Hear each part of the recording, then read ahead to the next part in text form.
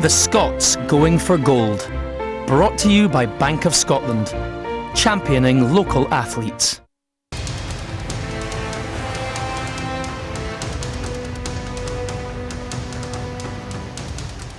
Ever since it was announced London would be hosting the 2012 Olympic and Paralympic Games, it has been the dream and ambition of Scottish athletes to be there with a home crowd roaring them on.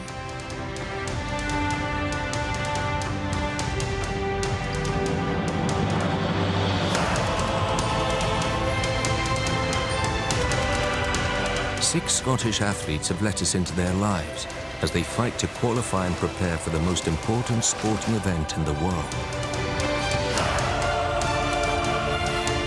But to get there, you have to be selected for a place in Team GB. The battles, planning and training started years ago.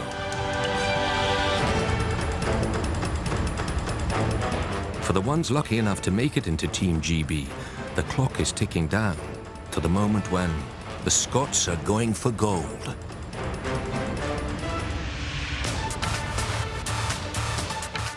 In 2 days' time, this stadium will be full. Athletes and spectators from every corner of the globe will be celebrating the opening of the London 2012 Olympic Games. Many Scottish sporting heroes will be taking part. They will be attempting to join the ranks of other Scottish Olympic heroes, such as Eric Liddell, Alan Wells, David Wilkie, and Sir Chris Hoy, who will be back again this year. We are looking into the future with 6 young Scottish Olympic and Paralympic hopefuls who have never been to the Games. They are letting us into their lives to witness their trials and tribulations on the road to live their Olympic dreams. Craig Benson is an 18-year-old swimmer from Livingston. I think I did my first competition when I was 6, and I think it was a 50 breaststroke race, and I dived in and did front crawl. So obviously I got disqualified, and after the race I was like, I'm never racing again, I'm not doing it anymore.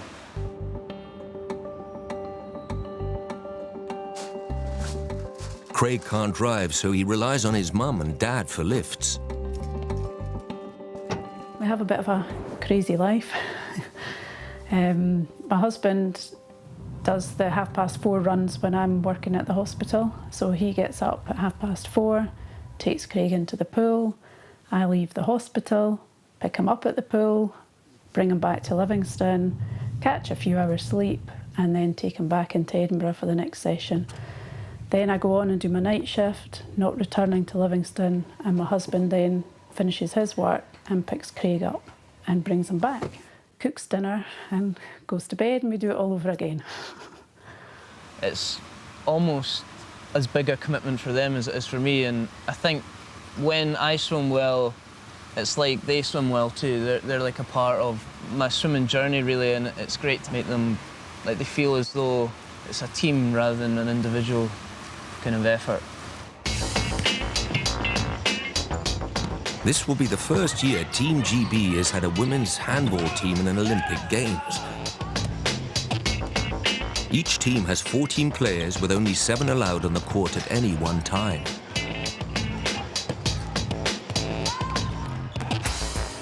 Lynn McCafferty left her home in Cumbernauld 6 years ago to pursue her own Olympic dream. I just enjoyed playing handball, and I was playing it for fun, playing it in Scotland at a leisure level. Never ever did I ever think about playing handball full time. We've watched her since she was 10 years of age, living in a sports centre, you know, just living her dream. So in 2005, when London got awarded the Olympics, myself and my fiancé Gary were just back from a holiday, unpacking and watching the news, and we were really excited for handball. I don't think any of us took a split second to think that we'd be involved in it at all. I met Lynn, be 11 years ago now. We both played handball at the local club here, and I came along and we met through that. And if it hadn't been for handball, you might say we'd never came across each other. Lynn's husband Gary also plays the game and still lives in their Cumbernauld home. we get invited to trials down in Liverpool. They plan to select players from Britain and send them to academies in Denmark. So at that time I was selected for the men's team and Lynn was selected for the women's team. I'm not going to Denmark. I was like, I've just got a job, we've just got a puppy and we just bought the house. We had to discuss with Lynn because she was having doubts about actually taking part in it.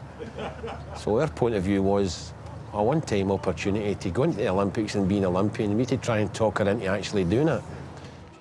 So the next week, of course, I got asked if I would move to Denmark and immediately said yes, after everything that I'd said before. Unfortunately, Gary took a bad injury and had to come out of the programme. And then he had to make another decision. Does Lynn stay and Gary come home? It brought us together originally, but pretty much since we've been married, it's been the thing that's kept us apart.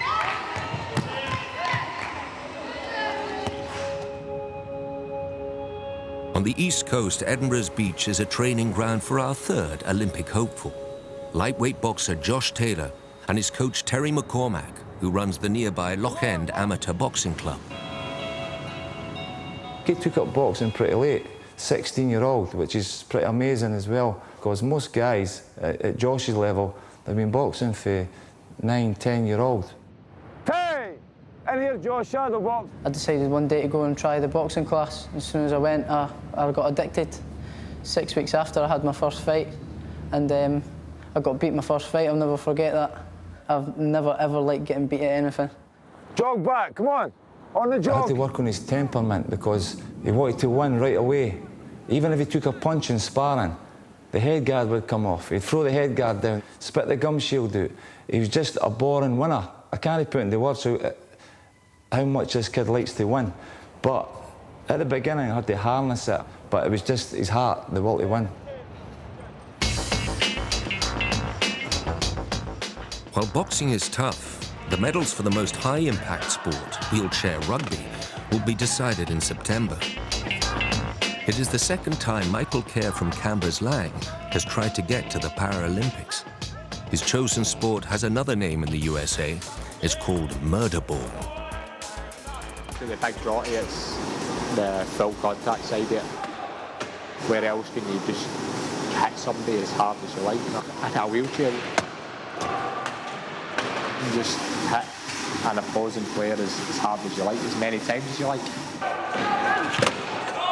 I think there isn't another sport that even comes close to it.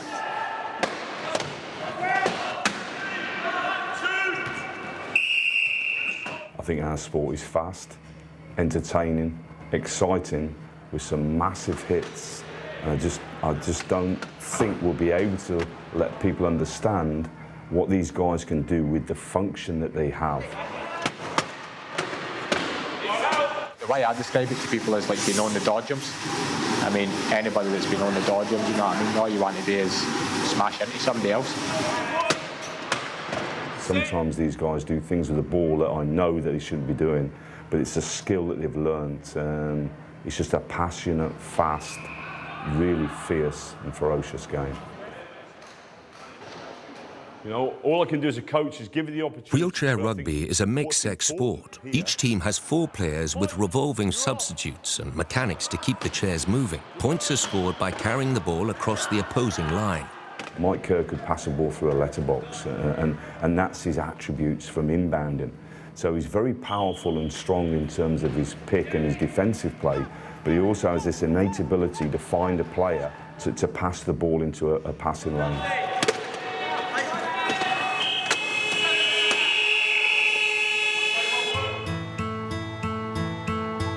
Dundee has seen both our athlete and her mum improving their fitness over the years.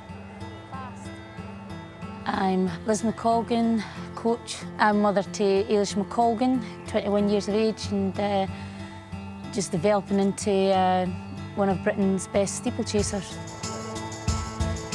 They all go on about genetics, and you know, I always said if Ailish was a racehorse, I couldn't afford her, you know, because their gene pool's pretty good. But in saying that, there's a lot of people that are genetically suited to doing something, but they never take the opportunity to actually fulfil it. And although you could have a lot of the genes that you need to be successful, at the end of the day, you've got to have the drive and the ability to work. And so I think she's lucky in the gene pool that she's got, but Ailish is the one that's decided to use those genes in the right way and develop them in the right way. When I was 14, I won the British Cross Country Championships, and I wasn't training at all. I just really enjoyed running, so for me to sort of come along as this little Scottish girl that had never raced in England before, and then I won the sort of British Championships, I then sort of realised that maybe I could be quite good at this.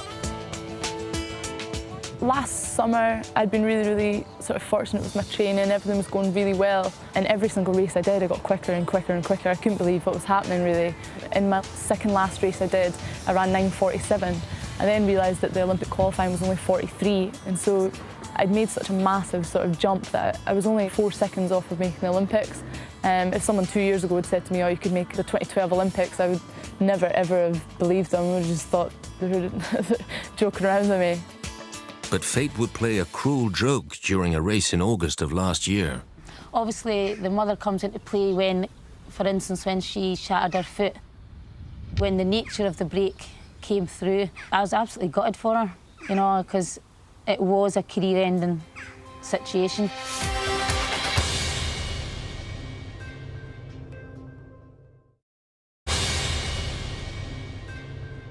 Adams, come on! Many Olympic and Paralympic dreams will be shattered by injuries over the next few weeks. Ailish McColgan's own Olympic hopes looked to be dashed last year. The biggest race I'd ever been in was the London Diamond League at Crystal Palace. We're going to pause it. I was really excited to go down. Training had been going really well. I'd sort of PB'd in every single event right up until that race. As I came up to the second last water jump, as I landed though, I just heard this massive pop go through sort of the top of my foot. But as I came out of the water, I kept running on it. I got to the last lap and obviously the bell went, I could see the timer. I just couldn't stop then really, because I knew that I was really close to running a PB, and my PB was close to that Olympic time. Obviously, the mother comes into play when, for instance, when she shattered her foot. You know, the instincts come over and the coach is out the window. So as soon as I finished the race, I couldn't move. And one of the men held me over a sports drink, and I was like, I think I've broken my foot. And he was like, no, have this. And I was like, no. I knew there was something not right because I know the child, you know, I know Ailish. When the nature of the break came through, I was absolutely gutted for her, you know, because it was a career-ending situation. At the time, I honestly thought that she would never get back steeplechasing. Edinburgh's newest boxing club only opened 5 years ago. It's in an old scout hut and is lightweight boxer Josh Taylor's second home. Josh's mum and dad made the decision to support him when he left school to train full-time. Oh, they've been unbelievable. They've been behind me 100%. Before I got on the GB squad, I was really struggling financially, and my parents were helping me as well. You would have to be 100% determined and committed to your family to get them where they want to be. If it was a holiday or Josh to get some stuff for his training, then we would do it. We'll get a holiday eventually. The warm and cosy surroundings of Loch End are a far cry from the gym where Josh trains 4 times a week. It's a round trip of nearly 500 miles. I've been on the GB squad since January, full-time. So I'm down there from Monday to Thursday, training 3 times a day. Boxer A comes out for a 1 shot or a 2 shot, and then you're gone. Does that make sense? Then we'll turn it around. Why do you not like me? Well, I'm sparring with all the best that's in Britain right now, so it keeps me really sharp and on my game. If I'm not concentrating, I'm going to get hit with a few good punches. Come back up here and I train here with Terry on the weekends. Sometimes when I come back for a camp from Sheffield, when I walk in the door, he goes mad for 5 minutes, and then it's like he goes in a wee huff, like he's not talking to me. I spend most time with him when I'm away. Taking him walks and stuff like that. I'm always playing with him and stuff like that. So he's like my wee best pal. I take him running with me and stuff as well. I was at the World Championships last year and I was competing at 64. But the English guy at that weight, Tom Stocker, he qualified, so that was that spot gone. I was a bit depressed for a few weeks because I thought that was my Olympic dream away and all my training gone. At 64 kilos, this athlete was lean and mean. There was nothing on him. He was the ultimate professional at 64. He wasn't in the wrong category there.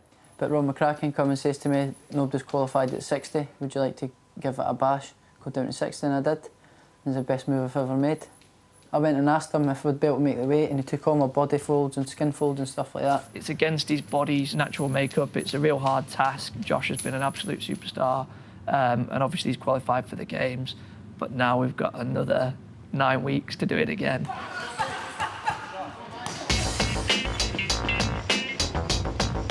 The National Sports Centre at Crystal Palace is the home of the Team GB women's handball squad, in more ways than one.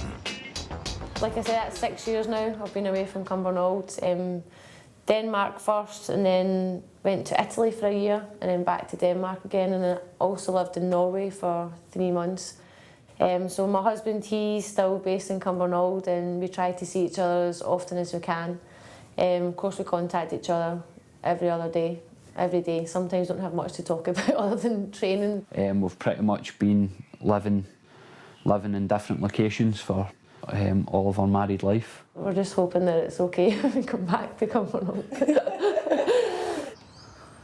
It's fair to say if it wasn't for the Olympics, we would have probably started a family by now, and it will be something that will probably be quite high on the agenda when Lynn comes home. I'm waiting on the babies coming now, definitely, yeah. That's my next stage. There's been many a time, one's been on the phone at night, late at night, and you've got to try and talk Lynn down if she's feeling down at all, and Gary gets the brunt of it. Sometimes we do as well. But Gary is a sounding board. Gary can be there when he needs to be there, when Lynn needs him, and I think she uses that quite a lot. Some days you would get a really happy, I've had a great day, this has happened, and sometimes it would be lower, and you would need to try and pick her up and remind her why she's there and how hard she's working to get to this final goal. I can get easily stressed. I'm highly emotional, but Gary's not like that at all. He's really laid back. He just kept reminding me, you know, that it's the Olympics, Lynn, you're never ever going to get a chance like this again. And of course I knew it, but it was hard not to have him with me. So, sorry. We've talked her through many a night, you know, I'm getting a plane home, you know, why, you know, this is the thing that you want, and it'll be our last chance, you know, and she knows that. Designed and built for London 2012, 13 tonnes of water a second are pumped down the Olympic canoe slalom course. It's really exciting. And the thing for us is it's easy to get lost in the fact that you're really trying to do something very, very well that's quite difficult. And here it's particularly difficult because of the amount of water, the amount of power in the water. But to just paddle down there in a carefree manner, not needing to get any of the gates, I mean, it's amazing fun. C2 canoeist Tim Bailey from Aberdeen went straight out of a pram and into a canoe. His parents love the sport and still do. Mum Christine is never far from the water. Whenever he's home, he trains here. So when he comes home at Christmas, he'll come down here and do sessions. You know, just because he's at the top of the game now, you still need to do work around the gates. As Tim's skill with the paddle improved, he wanted a bigger challenge than the gentle waters of the River Don in Aberdeen. The nearest whitewater is on the River Tay, where he met John Brown, who coaches young people in canoeing skills. One of the most amusing stories I can remember about Tim, we were over in Shore in Norway, and I couldn't find Tim, nor Barry, nor Campbell Walsh, in fact. And this was just before their competition runs, you know. And where were they? Upstream of the start, there was a massive stopper. And there were these three kids just playing, having great fun. But that was the beauty of it. I mean, these three guys loved the sport, you know, and half the battle with them was trying to get them off the water. They just wanted to be on the water all the time. I think in my early days, I was amazingly fortunate because I had people that would coach me. You know, their passion for the sport and the things they liked about it really rubbed off on me. And that on top of my parents being prepared to take me places were just really incredible opportunities. We had one nightmare year when he was in the junior 17 GB team, the junior 18 GB team and the under 23 GB team. Nothing was funded. All of the summer trips cost a fortune, so we had to find that money. I guess when you're young, I think I just took it for granted. Reflecting on it now, it's absolutely amazing. The last year we had him at home. Cost us about 15,000. But that included, for instance, if one of us drove him to Nottingham for a race, that included our accommodation. When I lived in Aberdeen, most races were 8 or 9 hour drives one way, so you do that twice in a weekend. And you know, for them, if I'd had a bad race, I was no company for the drive home. I was just sulking all the way back to Scotland. So There's 3 people involved there, three groups of people: the paddler, the coach and the parents. If any one of these 3 aren't pushing 110%, it's just not going to happen. Wheelchair rugby player Michael Kerr and his family understand the amount of perseverance and dedication needed to get to London 2012. Michael sustained his injury when he was 17. He was on a boys' holiday and he dived into a swimming pool. And he cracked his head off the bottom of the swimming pool, and in doing that he broke his neck. I was traumatised. I didn't know how I was going to cope with it. I just thought my life had ended, to be quite honest with you, because I thought if his life was ended, mine was ended. The truth, you know what I mean? And then when I get discharged at the spinal unit, there was a club in Falkirk that were training at the time. So I went along and I fell in love with it straight away, and I've been playing ever since. So he's always been going away. But yeah, we just adapt, and we know that that's Michael's chosen career, and I'm definitely going to support him in that. Been married actually 4 years just after the Paralympics, because I was obviously involved in the build-up to Beijing, so I didn't really want to get married before, you know what I mean, and interrupt obviously training and stuff leading up to Beijing. Unfortunately, at that time, for selection for Beijing, Mike Kerr didn't make it, and I remember going to his home in Glasgow and sitting down with him and seeing how upset he was at that point, and he wanted to know what he could do to get into the squad. It was a bit disappointing, but to be honest, I knew I wasn't ready for Beijing, you know what I mean? I mean, it was a great experience for me to be involved in the build-up to it, but I can hold my hands up and say, you know what I mean, it wasn't my time.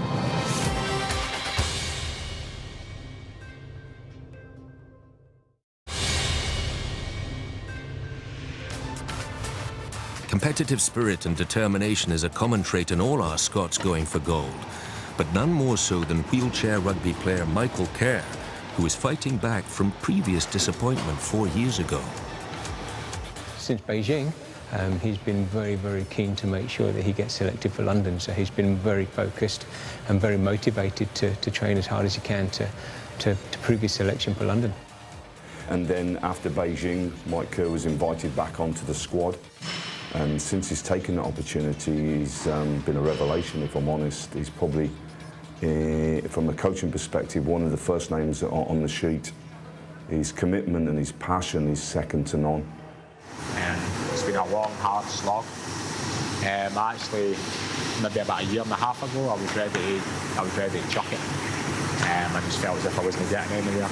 But now, in the last year, I mean, I've had my hard work and obviously how well I'm playing recognised. So obviously that's been brilliant for me, you know what I mean? And obviously I'm glad now that I never chucked it. I just kept on soldiering on and working hard. But it's not been easy. It's took like 10 years to get to where I am now. Right, big guy. Have a good weekend? Yeah. Every Olympic and Paralympic hopeful has a team of specialists helping them to achieve their dreams. The Scottish Institute of Sport provides 18-year-old swimmer Craig Benson with a lot of hands-on assistance. So explosive pull and whip under the bar to catch. It's not too heavy this week. Last week was very heavy, so I was doing like 80 kilos. And this week's medium. That's fine. At the Institute, we integrate it with physiotherapy. So the physiotherapy team has some input into this programme, and some of the work that he does is for injury reduction as opposed to performance enhancement. It's not just about him coming to the clinic, it's about me going to the pool. So I work with his coach, Laurel, and we look at his stroke in the water, and then we look to see if there's anything we can do physically that I can do to sort of help him release that.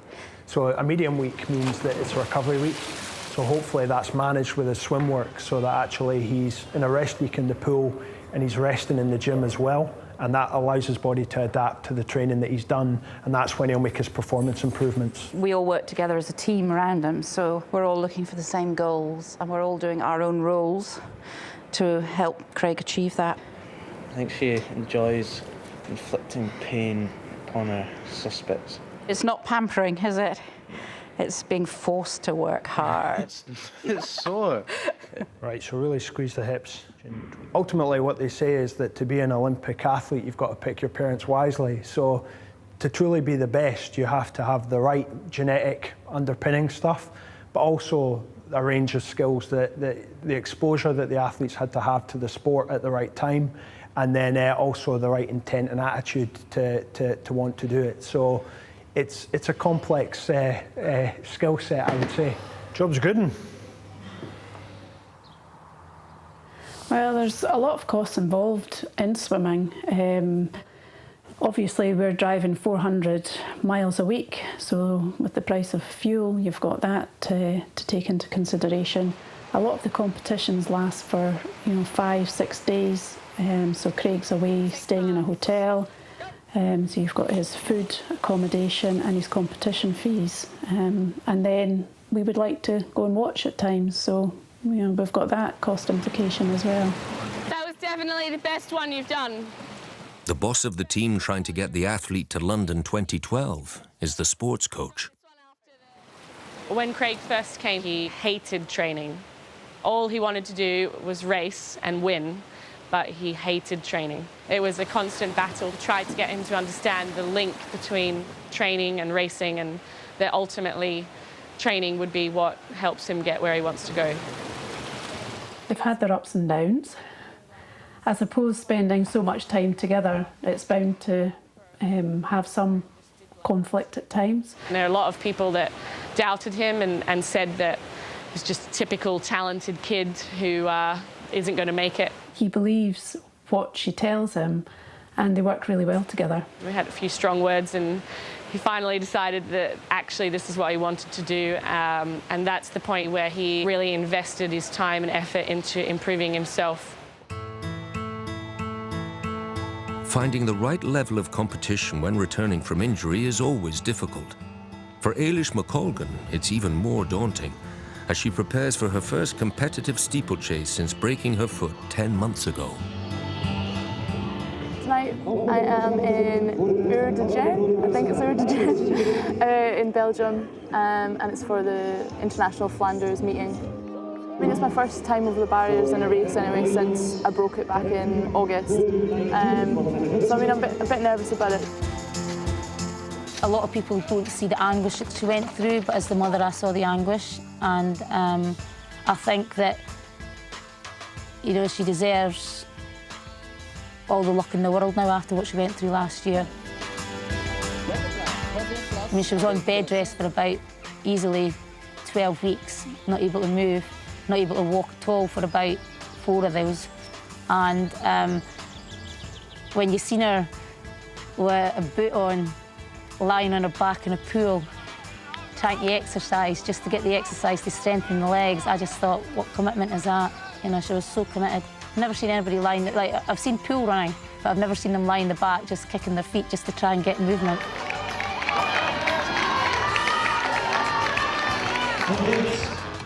I mean, I'm really, really confident that I can run on it.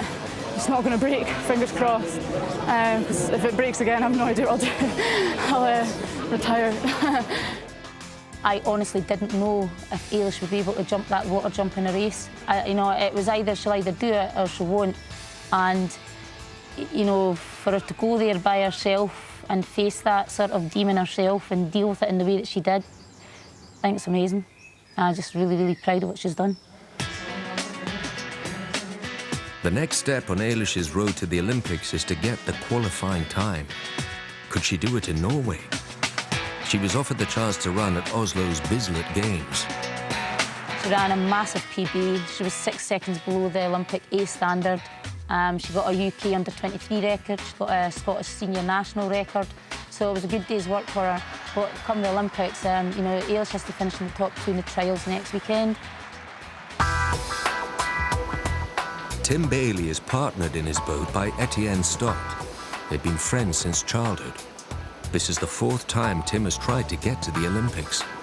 When you're a kid, you think, oh, it won't be long before I get to go to the Olympics, and you know, but then after a while you start to realise actually how hard it is, and the Olympics is the pinnacle. It's so difficult to get to race in the Olympics because there's so few athletes chosen. For Sydney, I didn't really have a realistic chance of making the team. I raced the Olympic selection, but it's more like you're doing it basically for the experience for future years. And he and Tim Morrison tried to get into the Athens Olympics and just missed out. And then he and Etienne were in with a very good chance of going to Beijing. I guess that was the most significant disappointment because we did really have a very good chance of going there. It really made us focus and re-examine what we're doing and our strengths and weaknesses, because it showed us in the truest terms where we were at and what we needed to improve to be able to be one of the best crews in the world, and that's what we've been working on ever since.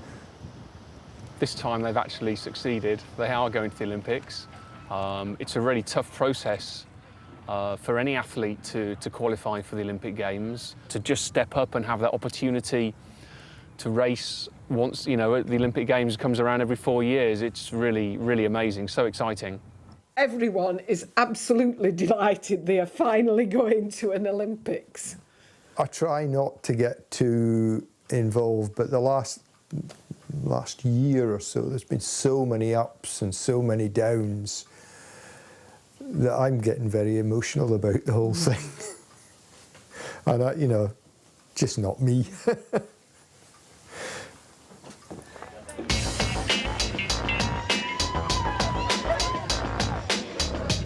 Today, handball player Lynn McCafferty makes a rare visit back to Scotland to carry the Olympic torch in Selkirk.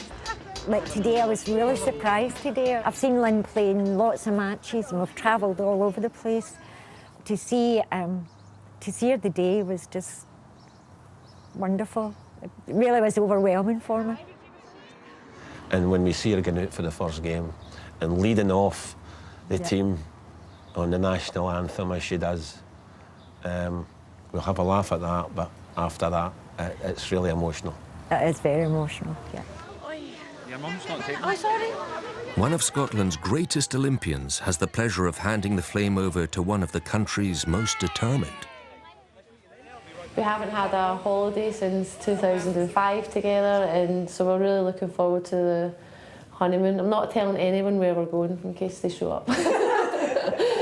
Well, seemingly they're going to the same place we're going to in the honeymoon. It's just funny that, because I think they're going to Mexico, and that's what we're booked for, is it? We're going to honeymoon with them. Have a great time. Okay, thank you. Off we go. Well done, lads. Well done.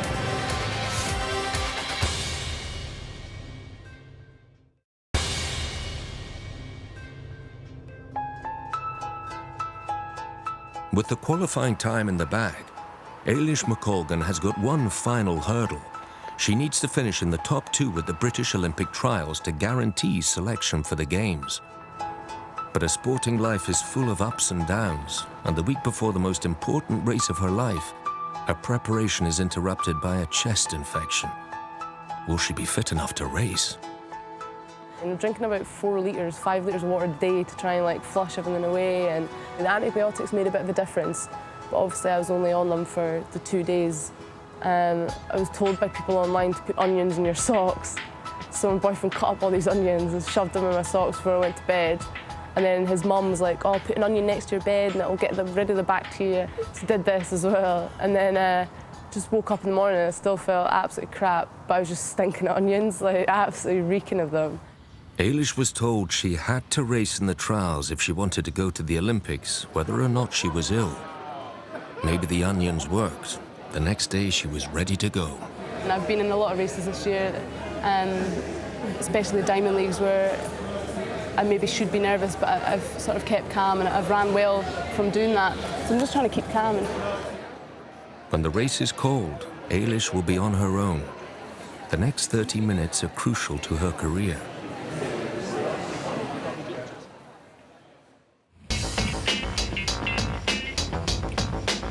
Traveling long distances on a regular basis is something all our hopefuls have in common. Michael Kerr had to learn to drive after his accident. Obviously that gave me great independence. I've been driving down on a Sunday to train with the London club and then training with the GB team on a Tuesday and then driving back on a Tuesday night. You're probably talking the best part of 750, 800 miles a week. People think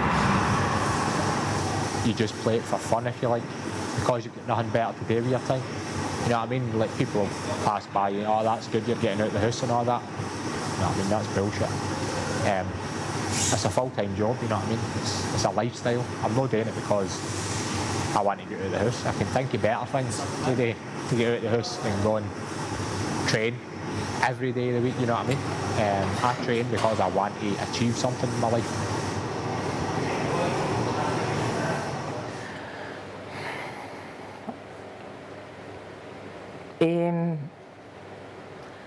Over the moon for him. Proud, I couldn't say it. Proud's not a big enough word to how I feel for him, because proud is something that I feel for him every day when he achieves so much in life, but to get as far as what he's done, I'm ecstatic. I couldn't be even any happier for him. Michael is going to his first Paralympics at 29. However, one of the youngest is 18-year-old Craig, who surprised many with his performances over the last year. He's the youngest male swimmer on the GB team, but for a 100-metre breaststroker, the average age is 26 years old. We went down to London in the trials, and he and I thought he could make the Olympic team, but most everybody else thought he had no chance. He swam the semi-finals the night before and was lying fourth going into the final. So he certainly was an underdog. We believed that it was possible for me to qualify, but we knew it would be really tough. He just raced all of them and raced like, you know, I don't care who you are, I'm going to beat you. I knew Michael Jamieson, the 200 breaststroke swimmer, would come back at me, and the plan was just to try and hold on. And I think I just managed to hold on within the last stroke. 3 100s in the second, I beat him by. To watch Craig qualify for the Olympics at only 17, it was just amazing. I remember touching and just thinking, I can't believe I'm going to the Olympic Games. It's crazy. I'm glad that I've done them all proud, because the support that they've given me up to this point has just been, like, I couldn't have asked for anything more, really, and it's just kind of like to show them that their support and time and effort has been worth it, really. He certainly wants to be in that final, and he feels that if he's in the final, he's got as good a shot as anyone.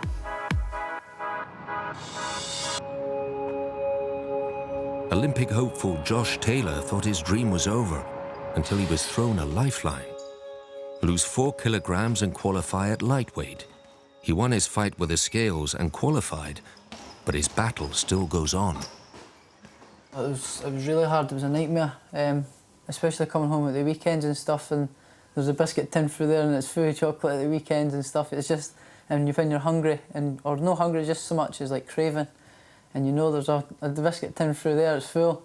It's like a mind battle to not go through. You're going through your head, well, I'll go forget a wee bit of chocolate. Or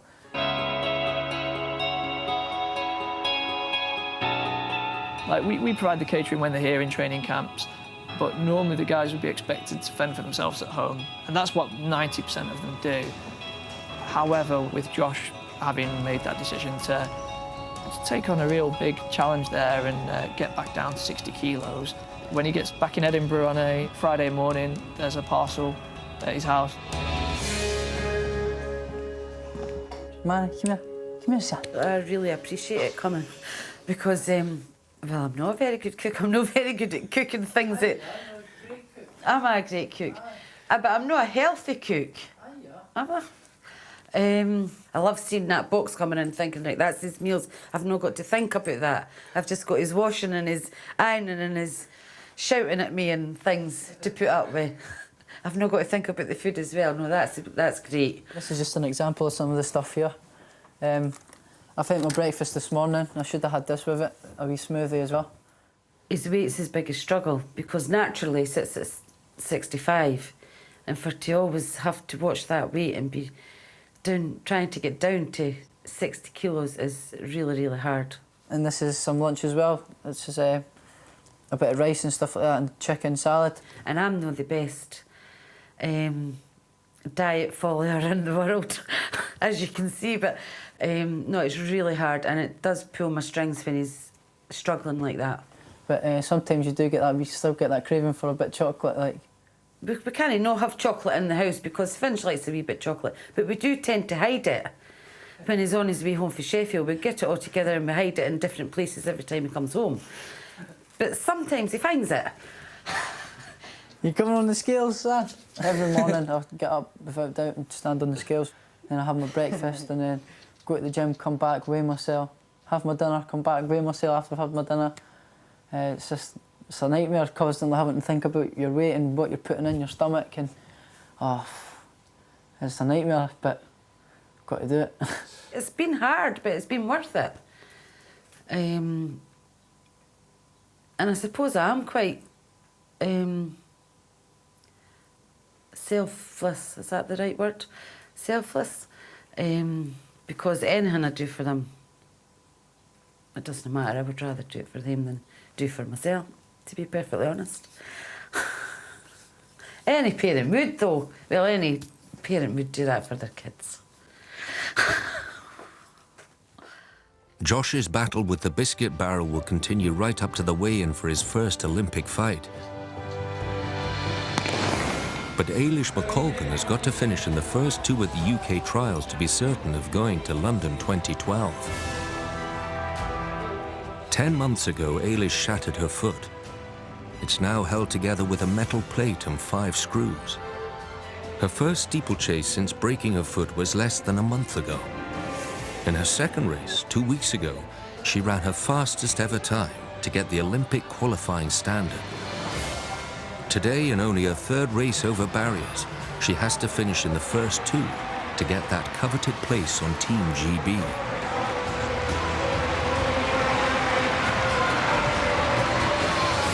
The onions must have worked. Ailish wins, and with the qualifying time she got in Oslo, she is now going to the Olympics. Really, really pleased with that. Obviously, after the sort of week that I've had, I'm so happy I've come out and I've raced today. I'm really glad that I just sort of got on with it and came out and raced. Will you recommend onions to everybody? No, it didn't do anything for me, so it's a load of rubbish. Saying that to my boyfriend's family, I think they've just done it to wind me up, but I was absolutely stinking onions. It's a load of rubbish. It does nothing. All 6 of our athletes who let us into their lives have now qualified and been selected for Team GB. They are only days away from the biggest sporting moment of their lives, representing their country in a home Olympics and Paralympics. I'm really excited for it. I can't wait. That opening ceremony is going to be amazing. The home crowd is going to be behind every punch I'm throwing as well. I mean, there's 17,500 people going to be in the aquatic centre. Probably almost all of them will be cheering on the GB athletes. When we got selected and we got told that we were going, it was a huge relief, and then we went to Loughborough for the kitting out and we got like our tracksuit, and then it's like, hey, we're actually part of Team GB now. And as key members of Team GB, these 6 sportsmen and women will be cheered by all of Scotland, everyone behind the Scots who are going for gold. totally gobsmacked as well. It's every positive emotion you could ever have.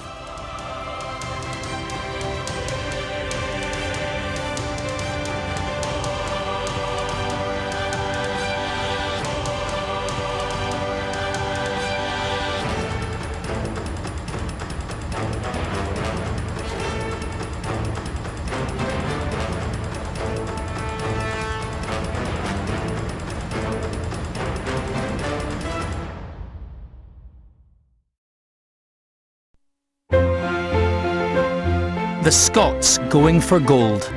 Brought to you by Bank of Scotland, championing local athletes.